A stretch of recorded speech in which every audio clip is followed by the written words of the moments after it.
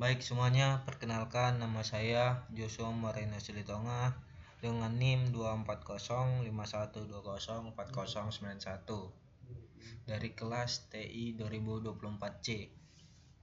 Di sini saya akan memaparkan materi saya dengan judul proses dan produk keamanan serta penerapan teknologi keamanan. Baik, kita mulai, yaitu poin pertama, pengertian keamanan informasi.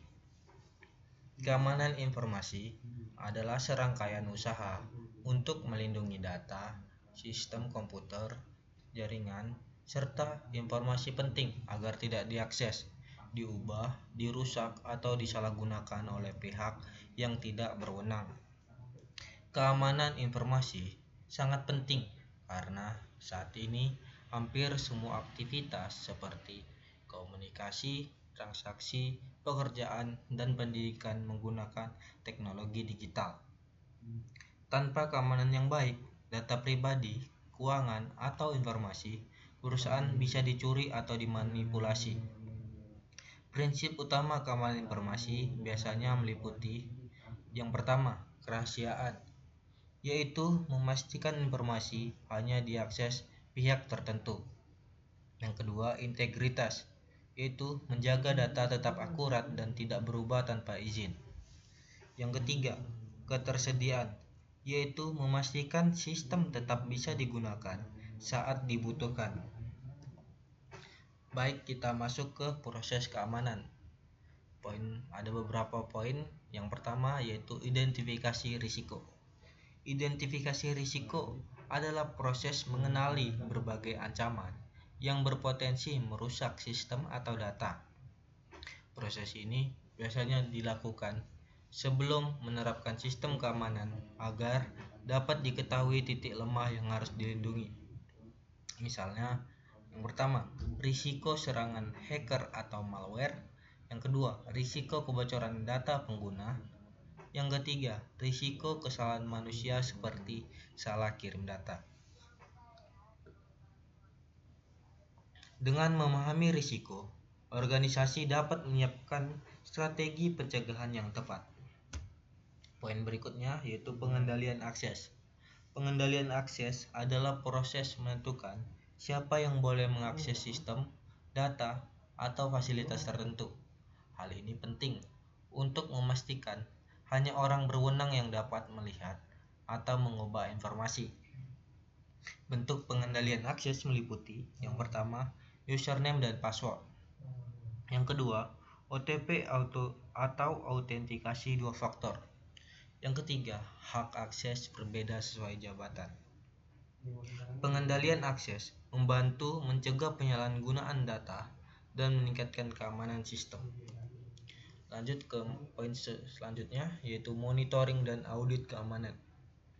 Monitoring keamanan adalah proses pemantauan aktivitas sistem secara terus-menerus untuk mendeteksi ancaman atau aktivitas mencurigakan.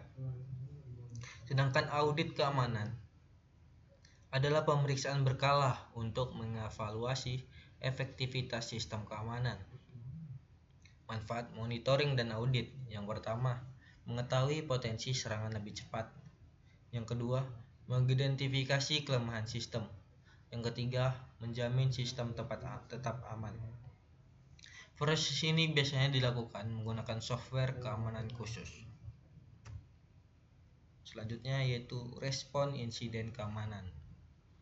Respon insiden adalah langkah yang diambil ketika terjadi gangguan keamanan seperti serangan virus, kebocoran data, atau peretasan. Tujuannya, yang pertama, mengurangi kerugian akibat serangan. Yang kedua, menghentikan ancaman secepat mungkin. Dan yang ketiga, memulihkan sistem kembali normal. Contohnya, mengisolasi komputer terinfeksi, mengganti password, dan melakukan backup data.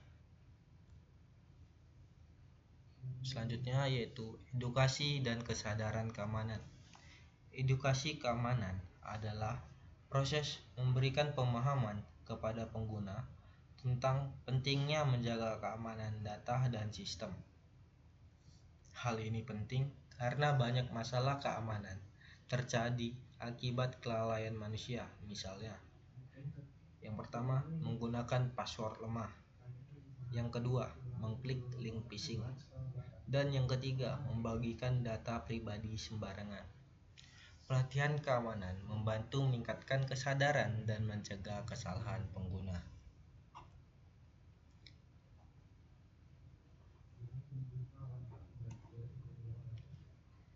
Selanjutnya yaitu jenis ancaman keamanan siber. Yang pertama ada phishing. Phishing adalah upaya penipuan melalui email atau link palsu untuk mencuri data seperti password atau nomor kartu kredit. Yang kedua yaitu malware. Malware adalah software berbahaya yang bisa merusak sistem atau mencuri data. Yang ketiga ada ransomware. Ransomware mengunci data korban lalu meminta tebusan agar data bisa dibuka kembali. Lalu ada social engineering, yaitu teknik manipulasi psikologis untuk mendapatkan informasi rahasia dari korban. Ancaman-ancaman ini menunjukkan pentingnya keamanan digital.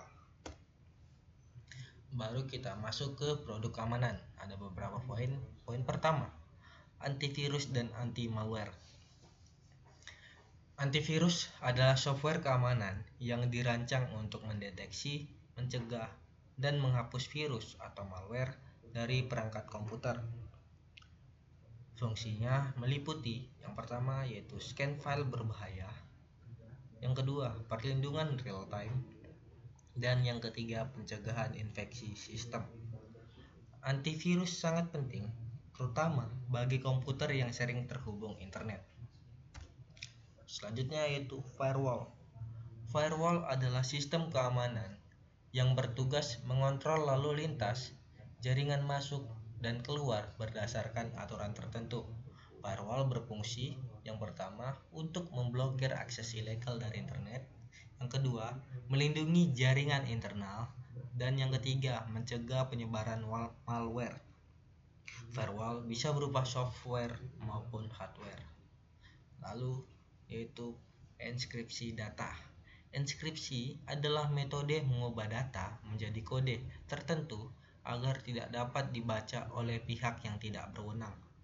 Manfaat enkripsi yang pertama, melindungi data saat dikirim. Yang kedua, menjaga privasi pengguna, dan yang ketiga, mengamankan transaksi digital. Contohnya, penggunaan HTTPS pada website. Selanjutnya yaitu keamanan fisik. Keamanan fisik melibatkan perlindungan terhadap perangkat keras dan fasilitas teknologi. Contohnya, CCTV pengawasan. Yang kedua, alarm keamanan, dan yang ketiga, akses kartu ke ruang server. Ini penting karena kerusakan fisik juga bisa menyebabkan kebocoran data. Selanjutnya yaitu software keamanan jaringan. Software keamanan jaringan digunakan untuk melindungi sistem jaringan komputer dari ancaman eksternal maupun internal.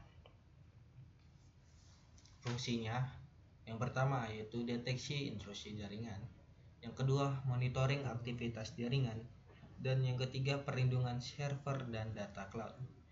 Biasanya digunakan perusahaan atau organisasi besar.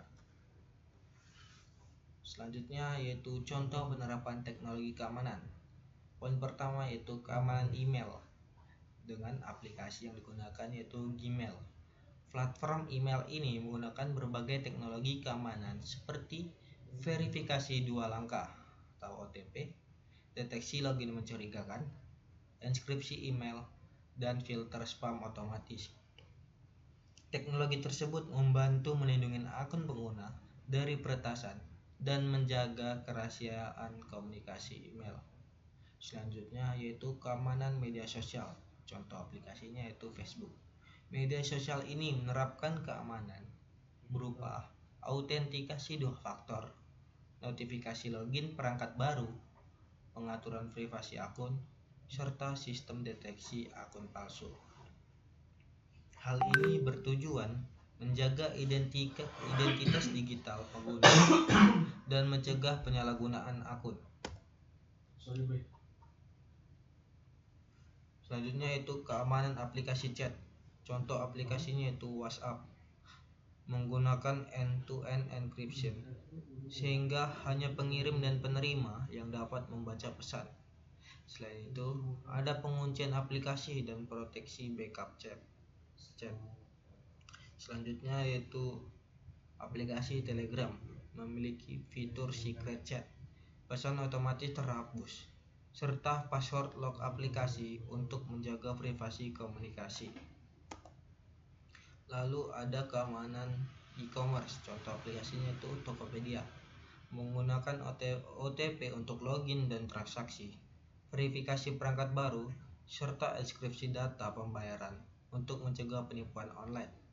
Lalu aplikasi yang kedua yaitu Shopee, menerapkan OTP transaksi, PIN dompet digital, serta monitoring aktivitas akun agar transaksi tetap aman. Studi kasus keamanan digital. Banyak kasus kebocoran data terjadi karena lemahnya keamanan atau kelalaian pengguna. Misalnya, akun diretas karena password lemah atau pengguna tertipu phishing. Dari kasus tersebut, kita belajar bahwa yang pertama, keamanan teknologi harus diperbarui. Yang kedua, edukasi pengguna sangat penting. Dan yang ketiga yaitu sistem monitoring harus aktif. Ada beberapa tips menjaga keamanan digital, yaitu pertama, gunakan password kuat dan berbeda. Yang kedua, aktifkan autentikasi 2 faktor. Yang ketiga, hindari klik link mencurigakan. Yang keempat, update aplikasi secara rutin.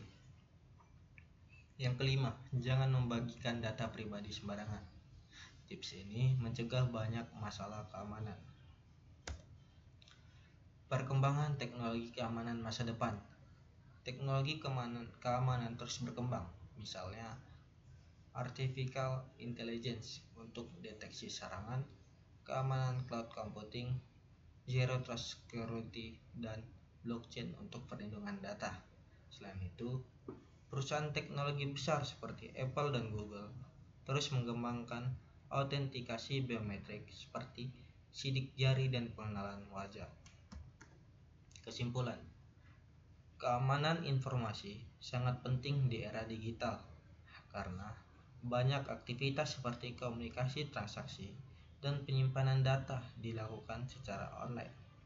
Untuk menjaga keamanan tersebut, diperlukan proses keamanan, yaitu langkah sistematis seperti identifikasi risiko, pengendalian akses, monitoring sistem, respon insiden, dan edukasi pengguna agar ancaman dapat dicegah sejak awal.